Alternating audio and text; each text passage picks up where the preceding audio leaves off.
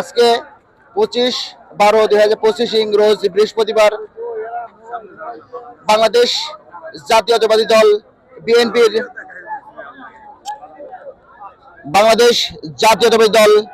বিএনপির acting chairman বাংলাদেশের প্রাণ তারেক রহমান সুদীর্ঘ 18টি বছর সুদূর লন্ডনে প্রবাসী জীবন কাটিয়ে বাংলাদেশে প্রত্যাবর্তন করলেন। আমরা সেই প্রত্যাবর্তন দিবসকে একটি ইতিহাস হিসেবে সৃষ্টি করতে চাই।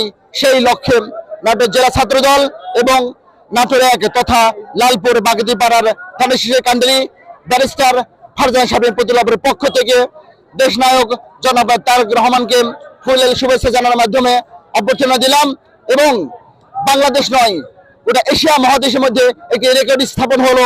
আমার যেটা মনে হয় শুধু বাংলাদেশ নয়, শুধু এশিয়া মহাদেশ নয়, শুধু বাংলাদেশ নয়, গোটা পৃথিবীর মধ্যেই এত বড় জনসমাগম হইতে পারে বা হয়, এটা আমরা দেখিয়ে দিলাম। আমরা এটা দেখিয়ে দেওয়ার মাধ্যমে বাংলাদেশে একটা ইতিহাস সৃষ্টি করলাম এবং ইতিহাসকে ব্রেক করলাম। ইনশাআল্লাহ আমরা চাই জনাব তারেক রহমান আগামী 12ই ফেব্রুয়ারি গণভোট নির্বাচনের মধ্য দিয়ে প্রধানমন্ত্রী নির্বাচিত হবেন এবং উনি প্রধানমন্ত্রী নির্বাচিত হয়ে বাংলাদেশের আপামর জনসাধারণের মনের চাহিদা ও আশা আকাঙ্ক্ষার প্রতীক হিসেবে কাজ করবেন, সেই আশা ব্যক্ত করছি। ইনশাআল্লাহ জনাব তারেক রহমান প্রধানমন্ত্রী হয়ে জনসাধারণের পাশে দাঁড়াবেন, গরিব দুঃখী মেহনতি মানুষের পাশে দাঁড়াবেন, কৃষকের পাশে দাঁড়াবেন। আমরা এতটুকু আশা করতে পারি।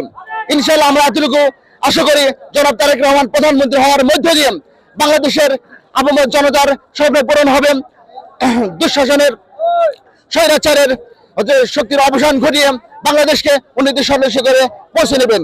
ইনশাআল্লাহ আমরা নাটোর 1 তথা লালপুর বাগদিপাড়ার ধানেশীষে কান্দারি ব্যারিস্টার ফারজানা প্রতিলাভের পক্ষ থেকে এবং প্রতিলাভকে ধানেশীষের এমপি হিসেবে মনোনীত করার মাধ্যমে তাই প্রতিমন্ত্রী হিসেবে দেখতে চাই এবং তাই প্রতিমন্ত্রী করে বাংলাদেশের ইতিহাসে জনাব তারেক রহমানকে প্রধানমন্ত্রী তৈরি করেন।